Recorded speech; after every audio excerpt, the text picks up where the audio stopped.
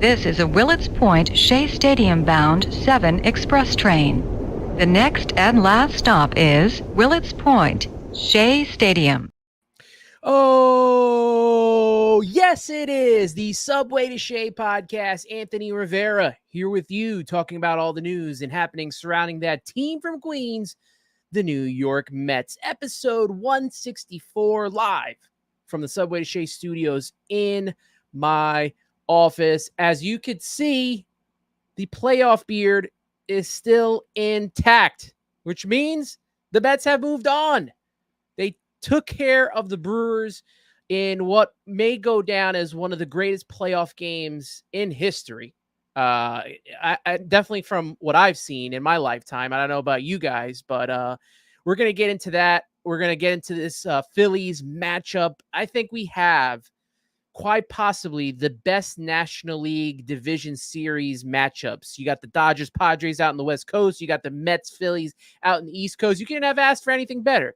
And then someone from the East Coast and West Coast is going to play each other. So that's going to make for a fun series.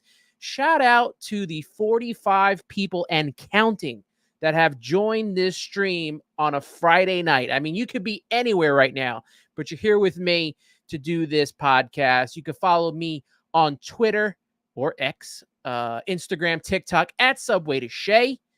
You can follow me personally at Ant Rivera 86 and subscribe to the podcast on Apple Podcasts, Spotify, and YouTube.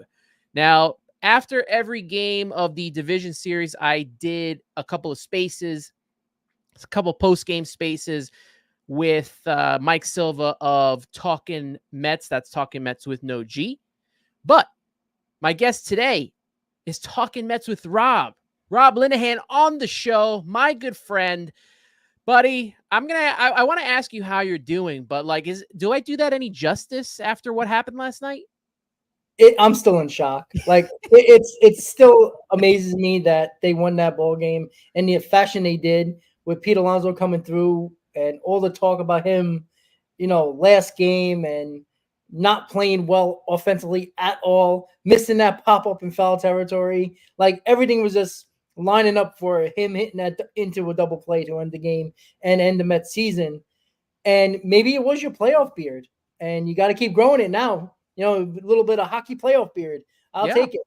But absolutely, man, look, I mean, what they did in a week with the Lindor big home run in Atlanta, the comeback from that, almost disaster. And then again, yesterday, late in the ball game, it's just this team has magic to them, and it's something that we haven't seen since 2015. This is very similar to a 2015 run, even though the Mets won their division in 2015. It's so similar where, a couple of trades, it's not a Cespedes trade that we made at the deadline, but it was just so many little things. This team works together, and the chemistry is just something that I haven't seen in probably in my lifetime, since 06 Mets, where the chemistry was outstanding.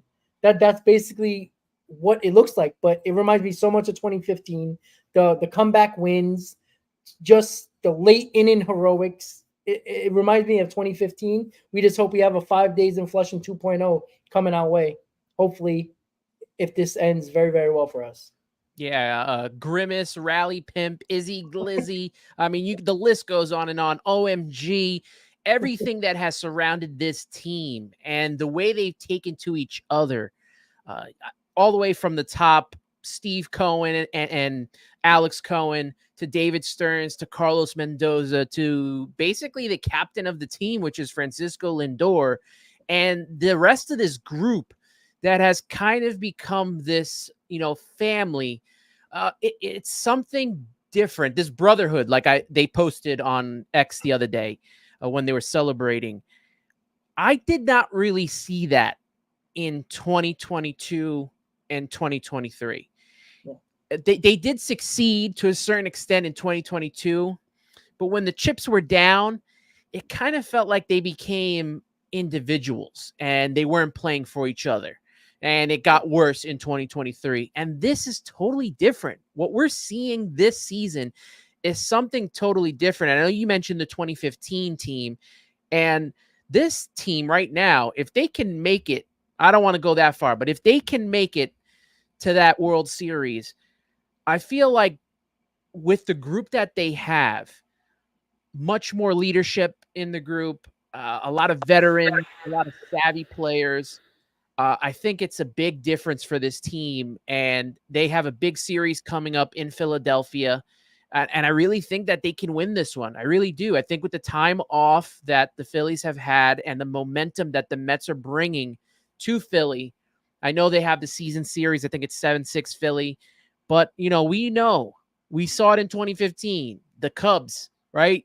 I think they were like 8-0 against us or 6-0 against us, and we swept them in the playoffs. I'm not saying that's going to happen here in Philly, but I have a really good feeling about this series coming up. You got to do what they did in Milwaukee, and that's win the first game. Split at least in Philly, and you're giving yourself a good chance when you come back to Queens, which will be a raucous crowd. If you guys didn't watch any of the clips or see what happened at the watch party, I mean, that crowd was outstanding, and that wasn't even a full park. So we had a lot of friends that were out there, a lot of mutual friends, and it was very cool. We're going to get into the recap of the wild card in just a few moments. Shout out Duran Rivera. Shout out Stanley Babbage. Shout out Lulu, X-Ray, Stevie Mack. My guy Top Bunk Sports is in here. Carlos Ortiz. Maureen is in the house. So many of you guys tuning into the show. Really appreciate that. G Money Stacks. Brad. Trying to get to all you guys that are in here. Appreciate every single one of you. Like I said, hanging out with me and Rob on a Friday night. Let's get into this, We'll get into the series as a whole and our takeaways and top performances, but you can't start this show without talking about what happened last night when the Mets basically stunned the Brewers. Now, I talked about this on X throughout the entire series.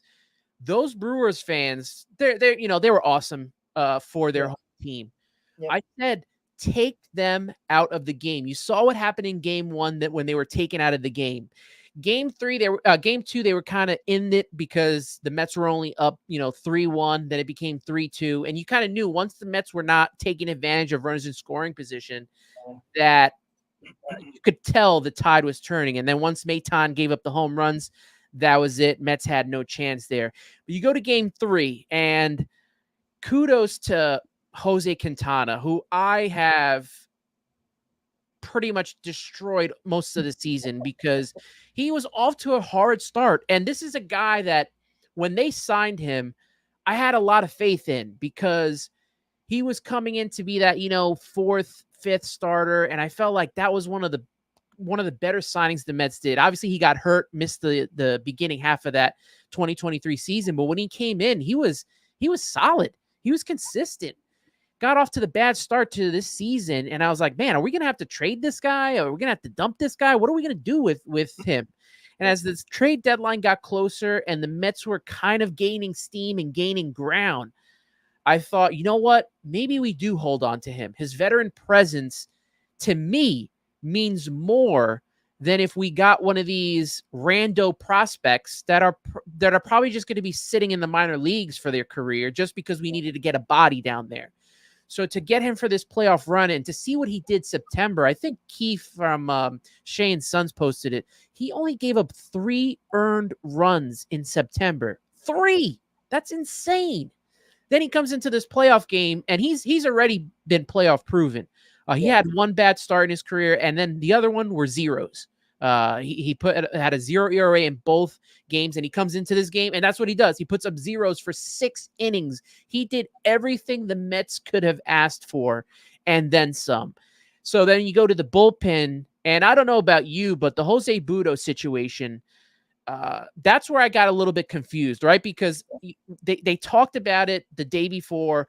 Oh, who's going to be available in the bullpen? It can't be Jose Butto because he's pitched 2 innings, and he doesn't evaluate well with only 1 day rest. But then they bring him in and he gives up the 2 home runs. So I hope this is a lesson learned for the Mets that if he's going to come in for 2 or 3 innings, then he's kind of done for a couple of days. But he gives up the home run to Jake Bauers. I think it was a pinch hit home run. And then he gives up a back-to-back to Frelick. And you're like, oh, man, this has got to be it. Like, we've seen this written in the stars so many times. We've seen this in the past in playoffs, how the Mets have just kind of folded at the end. And, the icing on the cake was, I think, the inning later when Edwin Diaz comes in and there's a pop foul ball that Pete misses. And I'm like, dang, this must be too much for him. I think it's done. So we come to the bottom of the ninth, against Devin Williams, their star closer, a little bit over a 1 ERA. Lindor works out. Once Lindor worked out that walk, I was like, okay, we're starting to work with something here. Then Mark Vientos strikes out. Brandon Nimmo gets the single to make it first and third. And with Pete Alonso coming up, I'm pretty sure you and me were like, this has everything written in the stars. This is either going to be an amazing ending or end horribly. And thankfully, it was the first. Pete hits an absolute, and I didn't even know it was gone. Did you know it was gone? No. I mean, it looked like he hit it hard off the bat, but when I saw the right fielder going back, I'm like, this asshole is going to catch the ball. That's right, like a leaping grab at the wall. Yeah. But no, I didn't think it was good. I knew it was going to be close, but you know what? Thank God for that little crease in the wall, because I don't know if that was going to go out or it might have been just about to go out. But oh man, whew, yeah, man, it scared the hell out of me. I tell you that. I agree. I agree totally. I mean, I literally almost jumped out of my pants for this. I screamed so loud. Thankfully, I had the window closed. They probably would have called the cops on me. But if you listen back, and I think I've watched this clip like over 100 times already now, but if you listen, and it's only in the ESPN commentary one, you can hear as soon as Pete hits it off the bat, you can hear him laugh, knowing that it was gone. So he knew right away. He knew it was gone. Mets take the 3-2 lead, and you're like, okay, this is good. We can't go back to Edwin. He's pitched now 39 pitches. He can't go back out there. They're probably going to go to David Peterson. So we got to try to find a way to get another run. And they get it. Jesse Winker gets hit in the arm, steals second base with a bad back. And then Starling Marte, which I think is probably one of the most underrated hits of this season, gets that insurance run. And it changed the whole dynamic of the entire game. And then David Peterson comes in. He gives up a leadoff single, strikes out the next batter, and then gets the double play. I mean, from Terang, of all people, who was killing us all series long. Mets celebrate. I mean, what were your thoughts and your reactions once that, the Mets kind of sealed the deal? I mean, obviously all of us in shock, but man, exhilarating, exciting, all of it, man. Yeah, and you're right about Marte. I'm putting Marte as a player of the series. Because the amount of hits, I mean, he wore out that right side between first and second.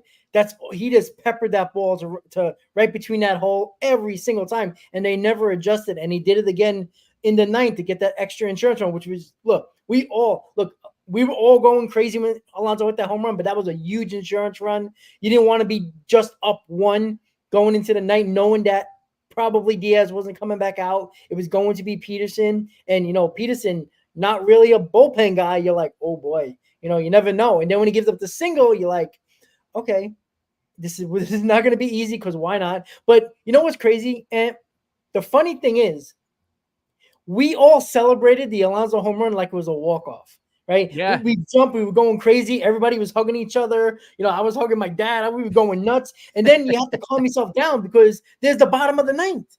Like, that is so hard to do. And especially credit to the Mets as well, because to go from that high of high to calm down to win that game still in the bottom of the ninth.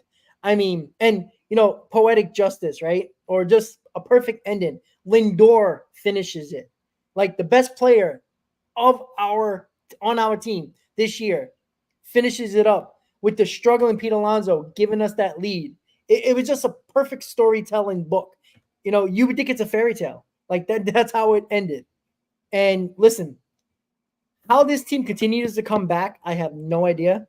I think it's their 43rd or 42nd comeback of the year in total, including the season and the postseason. I mean, It's amazing. They continue to bounce back. You know what? We've all doubted this team with bad losses. After a bad loss, we're like, oh, they're done.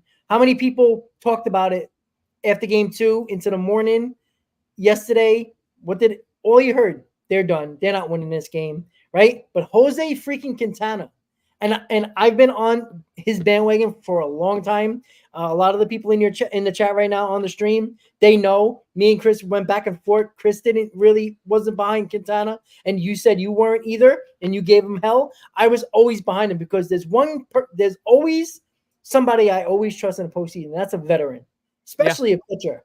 And I was telling my dad this. There was not one time I seen Quintana take a deep breath to calm himself down. He was so calm during this whole game, even with runners on, with the pressure on him. He never looked flustered. No. He was breathing slow, like every little thing that you would want from a veteran, you got. And he pitched better than Minaya and Severino.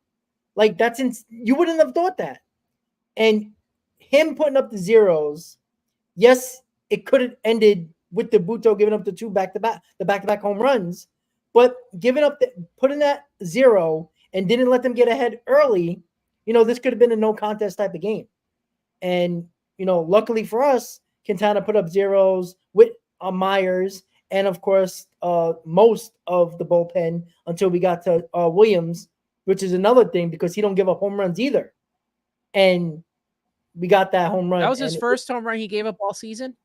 I don't think it was all season, but it was like the first one in like 2 months. Like It was insane. Like I think he gave up 4 total home runs in this. Like that's insane. And it was off the changeup that people have a hard time lifting. And look, Pete Alonso didn't lift it far off the wall. Off the floor, off the ground. But he covered it. And you know what? Williams was tipping his pitches. I don't know if you saw John Boy Media. I saw that. Right? The little glove shift, and the hitting coach went to him, Pete Alonso, and said, listen, when he does this, it's a changeup. So they knew what was coming in the Pete Alonso at bat coming up, and they told him. And no, I'm not saying that Pete Alonso, because he knew the pitch, he was going to hit it over the wall. You still got to hit it. But knowing what's coming as a professional ball player, it's a lot easier than not knowing what's coming. So, everything worked out for the Mets, and we're off to Philly. Kudos to Jeremy Barnes. And I always give the coaching staff a lot of crap. Him, Eric Chavez, Jeremy Hefner. I've done it for so long, but I had to eat crow on that as well. A lot of crow has been eaten this season from me. So I'll admit it. Just happy to be proven wrong. But the fact that Jeremy Barnes was able to locate that little tick in Devin Williams's glove to, figure out, hey man, this is what this pitch is going to be. This is how I want you to hit it. And Pete goes out there and does it. Kudos to him, man, for figuring that out. Absolute, amazing game. Will go down as one of the biggest games in postseason history for the New York Mets. And I think that Pete Alonso home run was the first time ever that, a team that was down in the 9th was able to, get that game-winning home run. So first time in history. Congratulations to him. Got some comments in the chat here. Ricardo on Quintana. He said Quintana's last bad start was that Oakland game, and he's been money from that point on. I don't know if you heard me say it earlier, Ricardo, but he only gave up 3 earned runs in the month of September. That is crazy to think that the Mets start. We've had some good starting pitchers have some bad stretches down the line, especially in 2022 when we were supposed to have one of the best, rotations. And you look at this group that was assembled, and it's a lot of mid-tier, a lot of reclamation, see what we can do. And they already have done more than, what we were supposed to be getting out of our, 1A, 1B rotation into the DeGroms and Scherzers of the world. And then, Scherzer and Verlander. It's crazy to see. And I'm excited about what this team can offer moving forward. And I think the Phillies should be a little concerned with what is about to happen here. G Money Stack saying, I'm not going to hold you. I didn't think for a second that Pete Alonso was going to hit that 3-run homer until I saw it. New York Mets had confidence and resilience. That's the big word. That's been the big word the entire season. The 2024 Mets have been resilient all season long, especially from June on. And to see how far they've come, to see how far they can go, especially, with Duran Rivera's comment, Stern find diamonds in the rough and Mendoza polishes them by raising their confidence and showing trust in them. What do you think of this tandem at the top of the organization that the Mets have?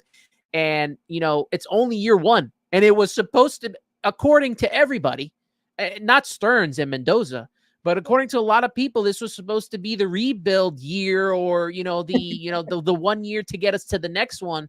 And what they have done, and Stearns has been confident since day one. If you listen to his press conference, we're going to make the playoffs. We're going to be a playoff team.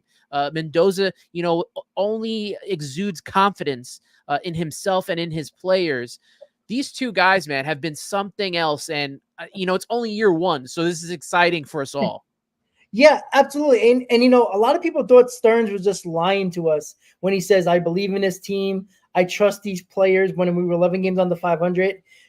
We all do, like, buddy, do you see this team right now? Like, I mean, he put a bunch of, duct tape and glue, together to put a team together. At least that's what everybody thought, right? But I truly believe he thought and he believes that this team that he put together and that was going to be a playoff team. And listen, don't you want a president of baseball ops or GM or whoever's putting the team together to have confidence in his plan that he put together, right? I don't necessarily believe that he, obviously the plan going into the season was like, all right, let's see what happens. They're probably going to be sellers at the deadline. The talk was about, trading Alonso as well, if that's a possibility, if they can't sign him to an extension. There was all of that. I think he planned it perfectly, right? This was somewhat of a transition year, but that didn't mean that he wasn't going to put a competitive team, as he always called it, a competitive team on the field. So he set it up in both aspects for the offseason. A lot of 1-year rental type players, prove it type deals. If things went south, you can trade those guys and you can get something for them. You can build up your farm system even more. If things go well and everybody's proven in their 1-year deal, along with your core, now you have guys that are going to get paid in the offseason, helping your team in 2024. And it's a perfect storm. And that's exactly what happened. It's a perfect storm. Not only did Stearns do what he did plan-wise in the offseason, but the little moves he made at the trade deadline. They weren't the flashy moves, the big moves, right? Maton was much earlier than the trade deadline, but he got static, which has been huge for us. I know Maton gave up the big home run, but Maton has been really good for us. That was just a bad. What did he pitch? 4 out of 5 days. He was burnt. Exactly. And listen, it's hard to kill Mendoza for that because those guys are in a circle of trust, right?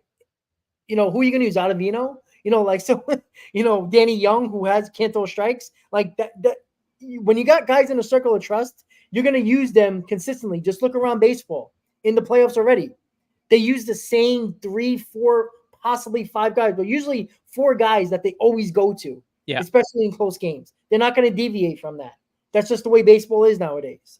You don't got 7 guys in your bullpen you can go to, and that's just how it is, especially with the 3-batter rule. You gotta choose your guys wisely, and there's a small circle of guys that you trust. So with all of that, what David Stearns did, getting Winker, the best available bench bat, again, Maton, Stanek, like the little moves. I know Brazaban hasn't been really that good, but he was huge for us in that Braves game. Brazaban and Ottavino, right? They were only used because Mendoza was playing for game 2 already because they thought we were going to lose. Yet those guys put up zeros, and it mattered at the end of that game. Yeah. And it wasn't talked about enough, but that's another move that Stearns made that benefited us at least in that game. Now, Brosman is not a high leverage guy, at least not in the playoffs. I mean, he still might be. You never know. When you get deeper into a series, now it's a 5-game series. Hopefully, it'll be a 7-game series in the NLCS. You're going to have to use more of those guys because you can't use the same guys every day. You're going to have a Maton situation in the Brewer game. So, look, it's a perfect storm, and it's just outstanding what Mendoza as a first-time manager and what Stearns has done year one. And you would think it would only get better, and we're still riding this wave. Yeah. Deron Rivera saying, I think it was genius for Mendoza to put Peterson in the ninth, considering he's a lefty, which nullifies lefty batters, and his pickoff move to keep the runners on first, which allowed for the double play. And we also saw how he pitched in Milwaukee the weekend before to get them that final win there. Peterson is going to be a big, with Kodai Senga back now, Peterson is going to be a big player to me out of the bullpen. If they need a spot start, if Senga can't go, he'll probably be that guy. But we're going to need Peterson big time this series because you're talking about Kyle Schwarber. You're talking about Bryce Harper. I mean, they have some big lefty bats in that lineup. And the fact that we can't trust a guy like Danny Young, and that's who I blamed actually yesterday for Jose Budo having to come back out. Yep. It should have been Danny Young. Danny Young should have been out there to get the lefties out. And he was unreliable all of September, so they can't use him. But maybe David Peterson is that guy. And I think he only threw 8 or 9 pitches in the ninth yesterday. So he's going to be available tomorrow. He'll probably be available for most of this weekend. Thankfully, the Mets got a day off. Shout out to all you people who, stayed up late, kept watching clips. I have, where is it in here? Where are the comments here? Johnny Boy, I'm still hyped from last night. Let's go Mets. Maureen saying anyone gets sleep. Carlos Ortiz, he couldn't he slept like a baby. Well, obviously, if you win, you feel that way. Lulu couldn't sleep. A lot of people in here, Duran Rivera is saying you only got 2.5 hours sleep listening to Mets podcast, and we always appreciate you doing that. But yeah, what a wild ride this has been all season long. Appreciate you guys for being a part of this as well. We got Carlos Ramos in here now. We have who did I also have added in here? Nino Bless on here. So we got a lot of stuff going on. Let's get into some of the, biggest takeaways from this series here. And we can start all the way back to game 1. And for me, as bad as Budo was in game 3, game 1, he came in, pitched 2 innings, shutout innings, shut down innings to get it to Ryan Stanek in the ninth, and that was huge. Even Ryan Stanek, game 1, game 2, pitched great. Luis Severino, although he gave up 4 runs, the guy battled. He battled to get himself through 6 innings, 105 pitches. Big thing for him. Obviously, Mark Vientos in game 1. You have kind of a rookie kid in there. Had no jitters, got 2 big hits, especially after the error he had in the first inning to give up a couple of runs. We talked about Jose Quintana and how big he was. Edwin Diaz coming in game 3. And, when I see him come in the 7th inning, all I see is 2022, where they're just getting him in to just get him in and see if they can limit the damage and try to win this thing. And he did just that. He locked it down as well. And obviously Starling Marte, I think you had mentioned it earlier. He's kind of like the MVP of the series. So Starling Marte, what takeaways did you have from the entire series as a whole? Yeah, just execution, right? It's just, when you needed guys the most, they did come through. I know game 2 was kind of a disaster, but, like you said, Severino didn't have it in game 1, but he found it in 5 or 6, and it saved our bullpen that ended up really being needed, in game 3, somewhat game 2, but also game 3. That's a big deal. And, that's why, little things like that win you games. And even though it was kind of a, all-around team effort victory in game 1, it led to game 3 having certain guys available that you might have not had if Severino would have got pulled after 5 innings. That's an extra pitcher you probably had to use.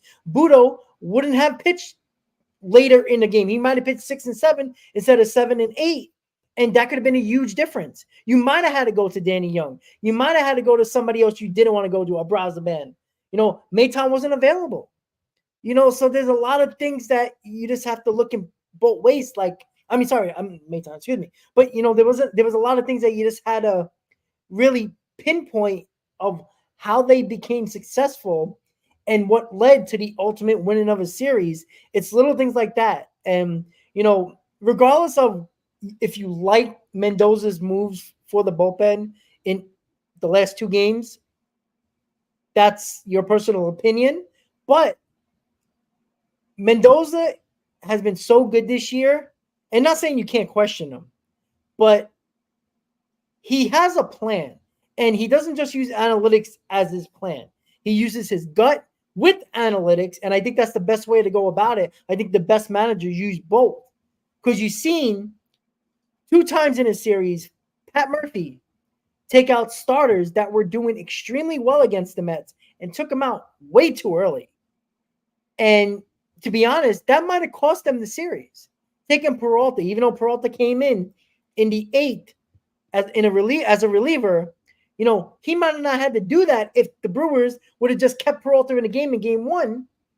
And the same thing with Tobias Myers in game 3. You know what that reminded me of? 2015 when the Mets brought Noah Syndergaard into the 8th inning in game 5. Same thing was going through my head when I saw Freddie Peralta. I thought it was a good move. If you're trying to, with the day off coming, if you're trying to get to the next round, you have to use every possible body that is available, all hands on deck, and try to get this thing done. And that's what he did.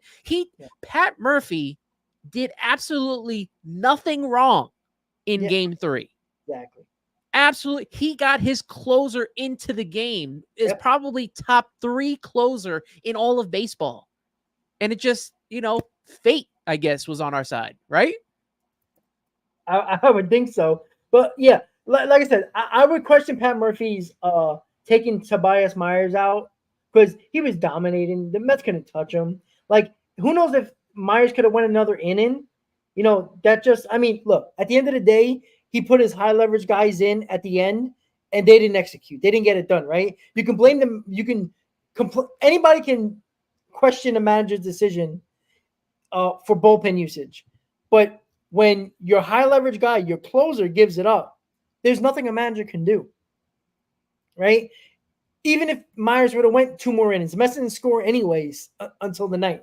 So it really didn't affect us offensively, because we were just bad for most of the night. It could have, who knows?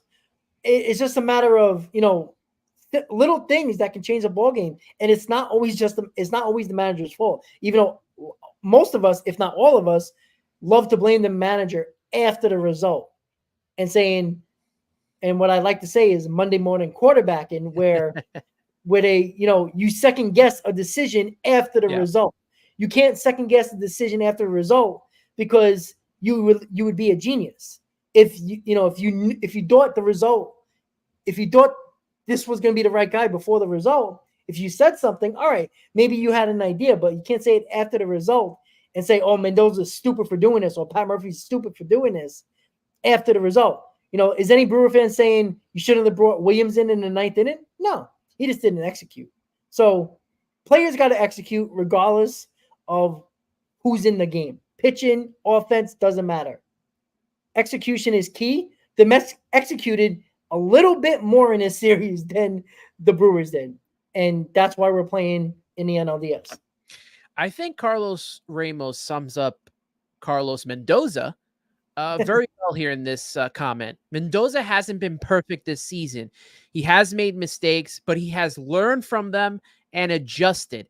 And I think that's a big thing, because you look at the Mets playing the Brewers. I don't really count the beginning of the season, even though they swept us. I mean, that was Mendoza kind of finding his feeding. We didn't have the roster we have now. But you look at this weekend series where they took the first 2 games and they salvaged the final game, and everything was about speed, the Brewers' speed and how fast they were, and all the stolen bases they were taking. I was saying you know what? Maybe the Mets should start Luis Torrens and see, he's great behind the backstop. He throws a lot of runners out. Maybe he has to be in the backstop. Maybe Francisco Alvarez will DH since, JD Martinez is not really hitting well. We didn't even know if Jeffrey Winker was going to play because he had the bad back. So that was my thought process. But he went with his guys, right? He went with his lineup. He said Francisco Alvarez is my catcher, and that's who I'm going with. And they completely halted the run game. They adjusted during that playoff series, and that's why they've moved on and are going to face the Phillies in the NLDS. Yeah, and look, they didn't steal a base until Game 3. Crazy. Yeah, and look, they I think in total they stole 16 bases in the season series against the Mets, and they stole a total of 2 or 3 in this series. Look, that's their biggest. They're not a big power hitting team. They advance runners. They play fundamental baseball offensively. They sack. They bunt guys over, and their speed kills. That's why they were easily winning that division in the Central, because they did it so well. And to stop them from their best ability on that team, and probably the way they win is to frustrate pitchers and to keep pitchers thinking about the runners. But the Mets also did a good job of holding them on. Like, Severino is not great holding people on. And with Alvarez behind the plate, that can be a recipe for disaster. No stolen bases. Manaea has a good pickoff move, so that helped a lot as well.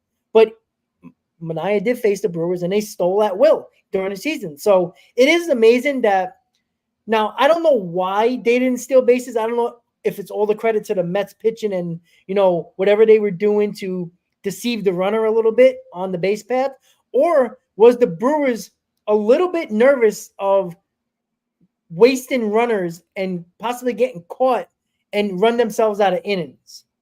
I wonder if that's the case too, because remember, the Brewers had a lot of pressure on them as well. They consistently choke very early on in the playoffs, many, many years in a row. We've seen that stat. You see, lost, like 5-6 years in a row.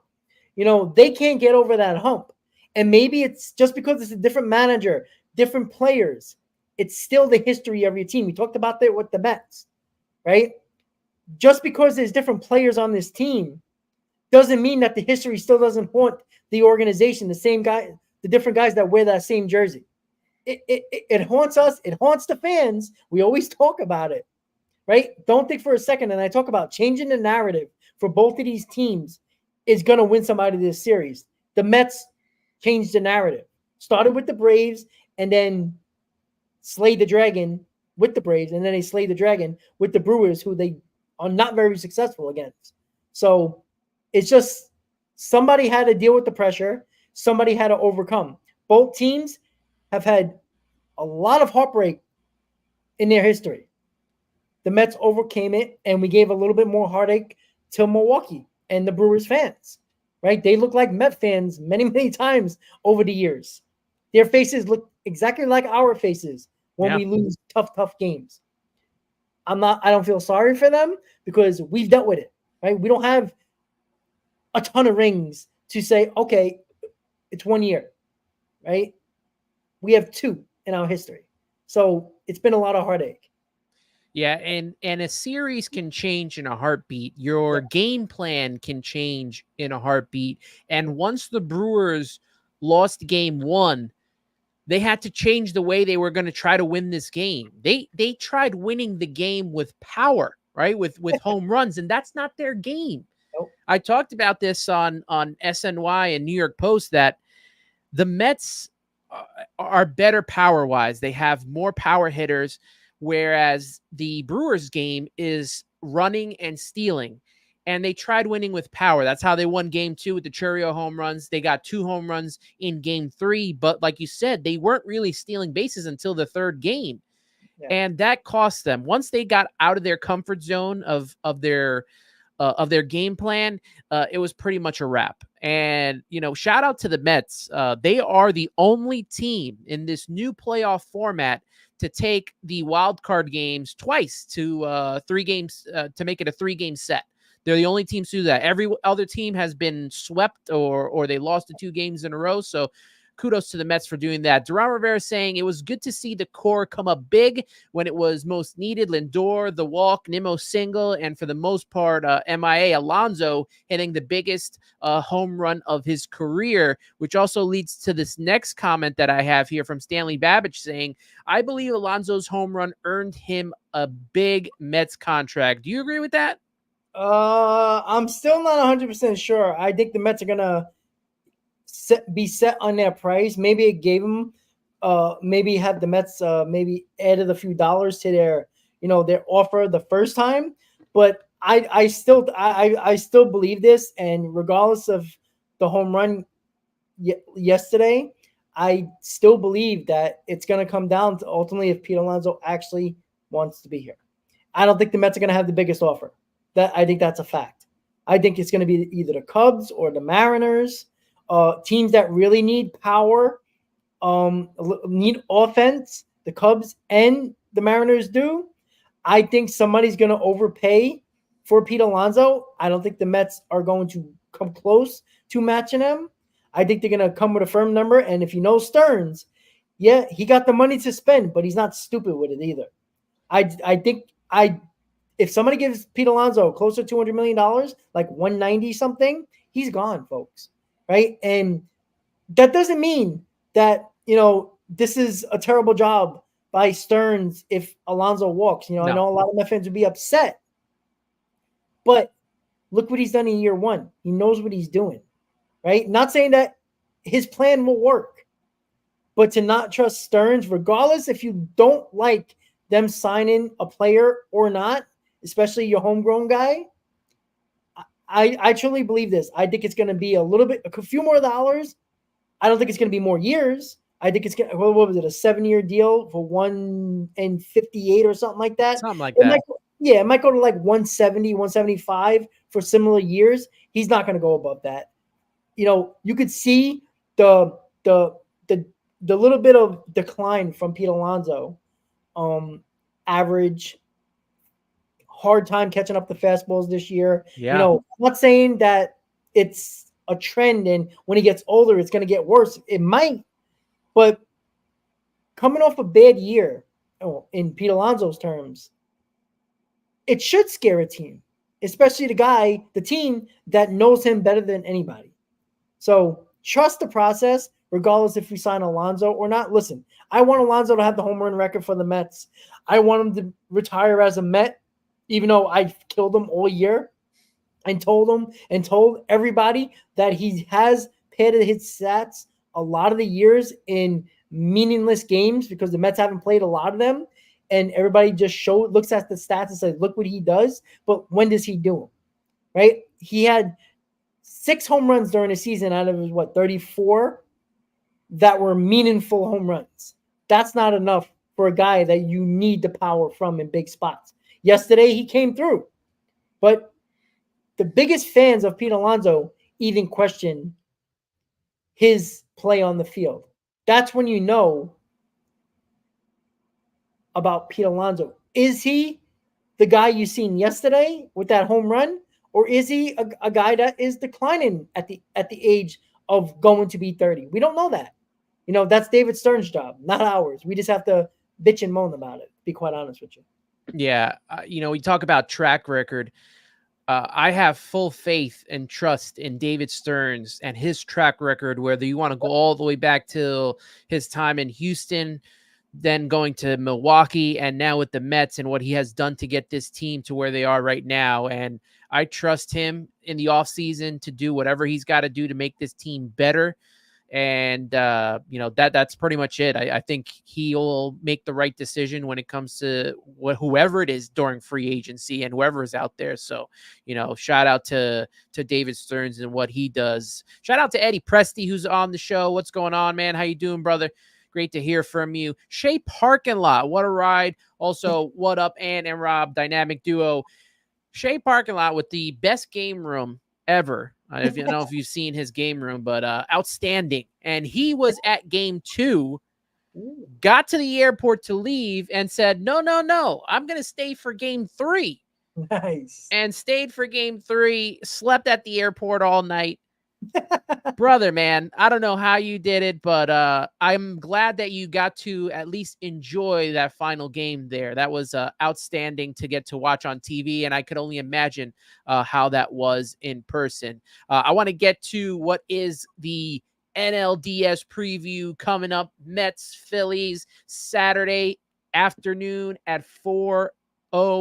It will be.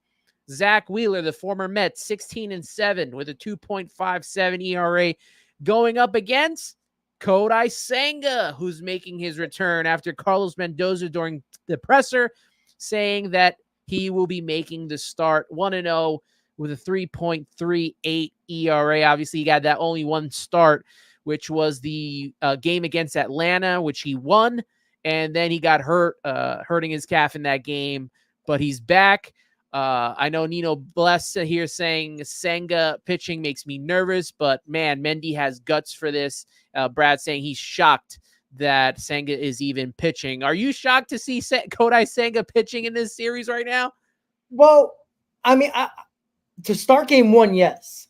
Remember, the Mets over the last few weeks hinted at this possibility, right? Probably not the wild card, but if they got a little deeper, which they are now in the NLDS, they kind of hinted at this, right? Now, I didn't think they were going to start him on the road in game one in a hostile environment. I'm a little shocked by that, but then I just talked about it on my show earlier on Mets Talk Live. I said, the funny thing is that the Mets might have been planning this the whole time, and Possible. nobody knew. Like, he was probably in Port St. Lucie doing live pitching in simulated games or live batting practice and building up his arm, building up his pitch count, or they just want him to go 2 innings and maybe Peterson is going to piggyback off of him. Like, we don't know the plan that they're going to have. We'll know very quickly, obviously. But I was thinking, if he's been, working out and throwing more and building up that pitch count, this is probably the biggest kept secret in Mets history. Because nobody, I can assure you, the Phillies are probably like, who? What?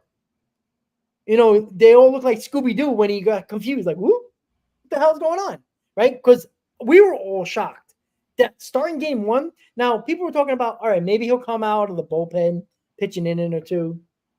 Maybe pitch game 4 if it comes up about we are in game 4. But game one on the road, at the very least, I thought they start him at home. Game one in Philadelphia, I mean, that's some brass balls right there. I took from Stearns and Mendoza. But why wouldn't we trust those two guys to believe that Senga's starting game one? They know something we don't. That's a fact. Not saying that Senga's going to throw a gem and win us a ball game. I mean, obviously, we don't know. We have to wait and see.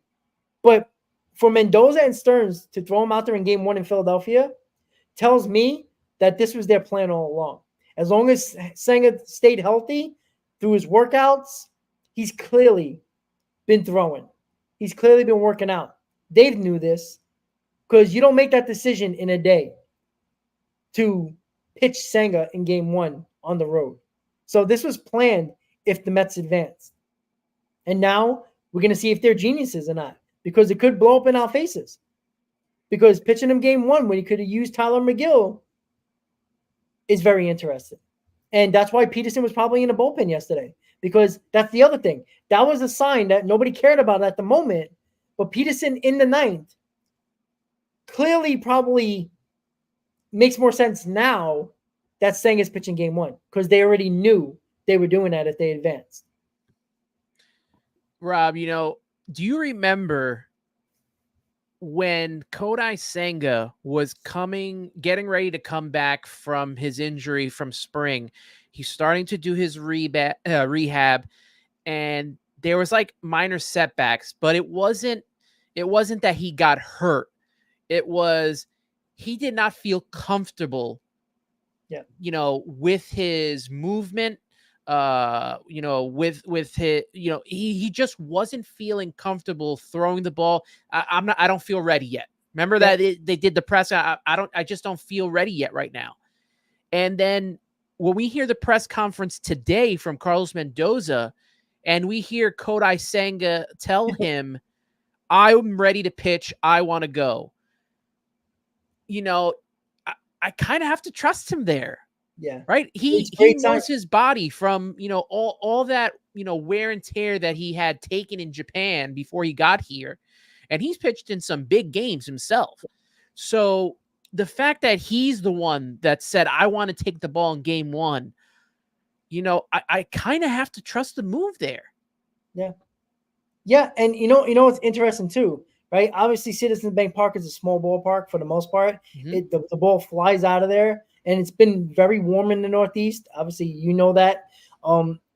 In October, it's October already, and it's still it was 90 degrees tomorrow over there. Like, it's still very warm in the Northeast. So, the ball's gonna fly right now. What does Senga do? Well, he produces ground balls with that ghost fork pitch in particular. How do you subdue runs scored from the Phillies? Because they're a big power hitting team. They hit the ball over the wall to kind of break down that barrier and not let them hit home runs. You throw a guy that throws the heaviest ball in baseball with that ghost fork pitch. It's hard to lift that ball. Maybe they're thinking it that way as well.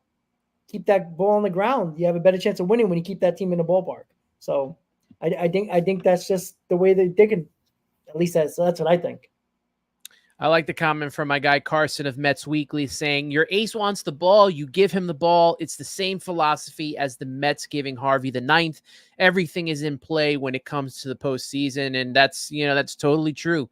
Absolutely true.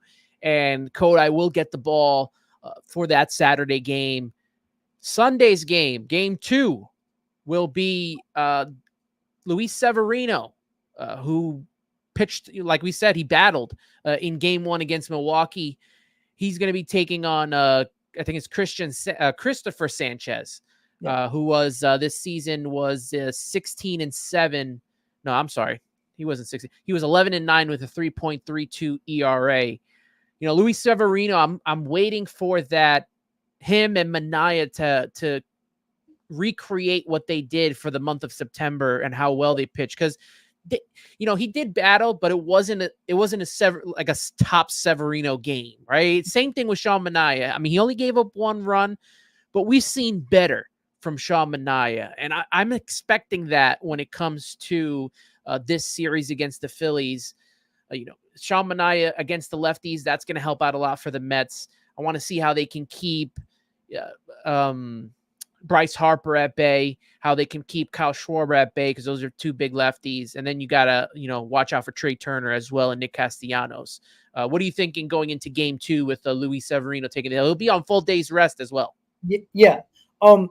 Listen, it worked out kind of good for us that we can get Severino and Minaya in 2 and 3, or at least most likely with Severino and obviously 2, and you would think Minaya 3. I think it works out with Luis Severino because I just feel like I think in that first game again in Milwaukee, I felt like he was kind of hesitant to, overthrow and, just trying to not make a mistake. You could tell that he was trying to hold back a little bit, and then he finally let loose in 5 or 6. I think in this spot here, he's got over that hump.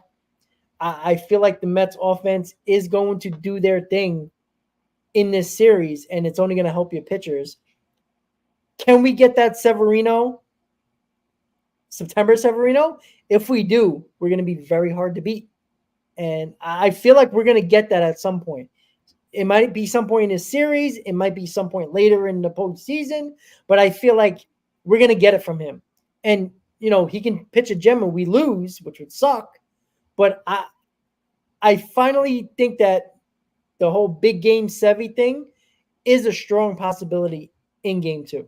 I have confidence in him, and I think we should. What are your predictions for this series? Do the Mets take this? Do the Phillies, punch their ticket to the NLCS because they have been one of the top teams, if not the top team in the National League? definitely one of the top teams because the Dodgers were, the top seed in the National League. Is it time for the Mets to continue this run? Where are you at with this? Well, usually in the Mets history, when they do make the playoffs, they make runs. I think twice, maybe 3 times out of the 11 times they made the postseason, they've always made runs when they make the playoffs. They cause damage.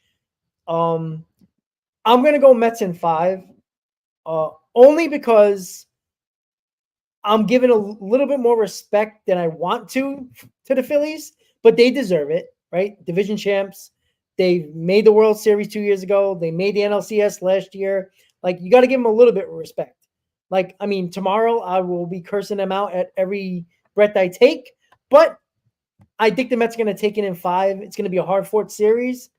I think the Mets pitching is probably going to be the difference in this series, only because after Zach Wheeler, everybody else I don't trust on the Phillies in the Phillies rotation, right? Christopher Sanchez, the Mets couldn't hit him once, and then they hit him once.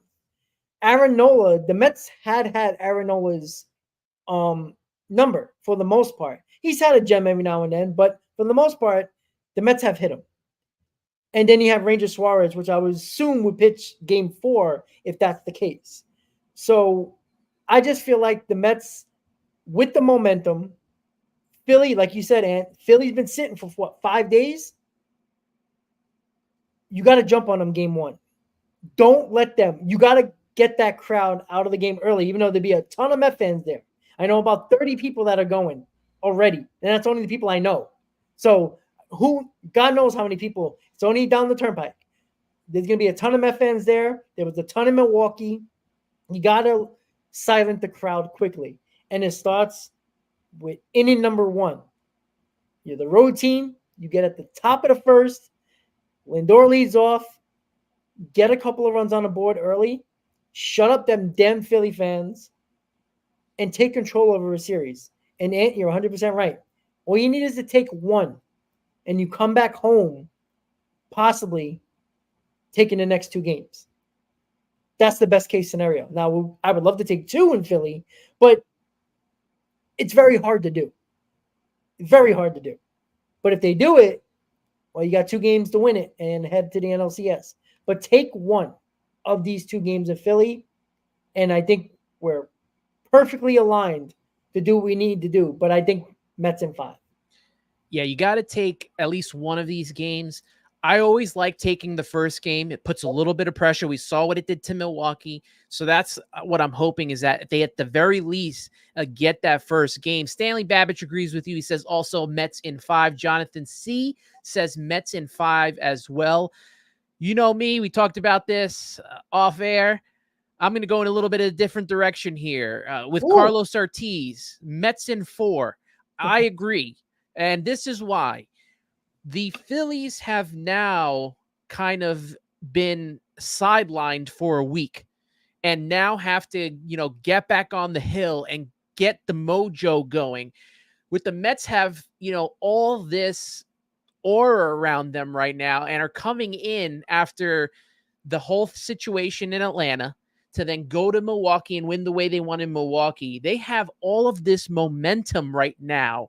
And I think it carries through into this series, whether they win 1 in Philly, whether they win 2 in Philly.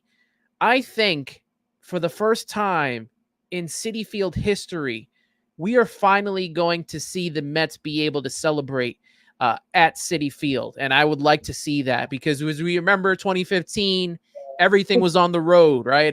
They won Game 5 in LA. They won, swept in Chicago. I think the Mets finally get this one here. They're just feeding off of this fan base. And like we all saw at Citi Field, that was just a watch party. I mean, wait until Game 3. That place is going to be rocking. And I think that the Mets finally get it done. I think they're going to feed off of that. I think they're ready for this run. Like you said, every time they go to the postseason, there's some type of run. And I don't know about you, but there's something different feeling going on right now with this team. I don't know what it is. And you know what? It's quite possible that the Phillies win. Like, it's possible. But I'm going to stick to my guns. I'm going to say Mets in 4, and we finally get to see a celebration at Citi Field. Carlos Ramos saying Mets in 3. The Phillies will not be able to match what this team is coming from. In the wild card series, Philly will get knocked out. Carlos, if that happens, I think me and Rob would be the most happiest guys like Right? in the absolute world to knock the Phillies off that way. I mean, look at all the teams that are left in the National League now. You got the Phillies, you got the Padres who beat us in 2022, the Dodgers. We always have that history with the Dodgers. It's like the stars are aligning right now for this specific run, and I hope that the Mets capitalize off of this and continue this run. If it doesn't, this team has given us one heck of a ride this season, and I'm extremely proud of what they have accomplished this year, but I do hope it continues. Rob, I appreciate you for coming on with me tonight. I know you did your show earlier on as well, so you've had a long night. Let everyone know what you got coming up. I know you got pregame, postgame, stuff like that. Hit everybody up with that. Yep, absolutely. So me and Chris will be doing a pregame. Obviously, the game's at 4:08 tomorrow. We're going to be doing a pregame at 2:30, hour and a half before the game. So, we do about 45, 50 minutes of pregame, obviously breaking down the series, breaking down the pitcher matchup, lineups, all that fun stuff. Get ready. It's down to business at this point. Celebration is over. We got to get down to business, and we'll do a post game, pre and post after every game, before and after every game. I do apologize, guys, about the roundtable. Scheduling issues just continue to kill us. But we're going to try our best to do it sometime during this series. And thank you for having me, buddy. It's always a pleasure hanging out with you and doing a stream. It doesn't happen often, but when we do it, it's always a lot of fun. So I do appreciate you having me on. Yeah, I was going to try to get you on. I think it was Monday, but the scheduling, we couldn't align with scheduling, but so happy to have you on in this joyous, time right now for the New York Mets. I just hope that we can just continue this run. It's great for us content creators because we get to hang out with all the people here, chat with everyone. Shout out to 190 of you that have joined the show, are with us in here. I can't thank you all enough on a Friday night of all things as well, with no games going on. So appreciate that. You'll be able to catch me post game on Spaces. We're going to be doing me and Talking Mets with no G.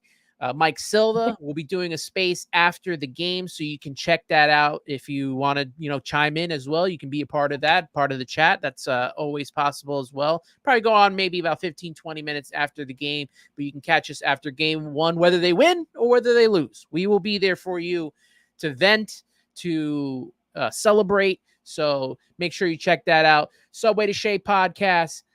On Apple Podcasts, Spotify. If you want to listen to this will be up the latest probably tomorrow morning, but you'll be able to check it out at least before the game starts. Obviously, subscribe and like this video. Please like this video and subscribe to the page, as well as subscribing to Talking Mets with Rob. You can follow me on X, Instagram, and TikTok at Subway to Shea. You can follow me personally at Ant Rivera 86.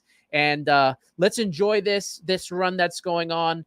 Let's not worry about, off-season stuff. This is a big run for this New York Mets team that's going on right now. And we got to sit back. We got to enjoy it. We got to have a lot of fun because the guys are having fun, and that's what matters most. But for Anthony Rivera, for my guy, Talking Mets with Rob, you've been listening to the Subway to Shea podcast. And always remember, let's go Mets.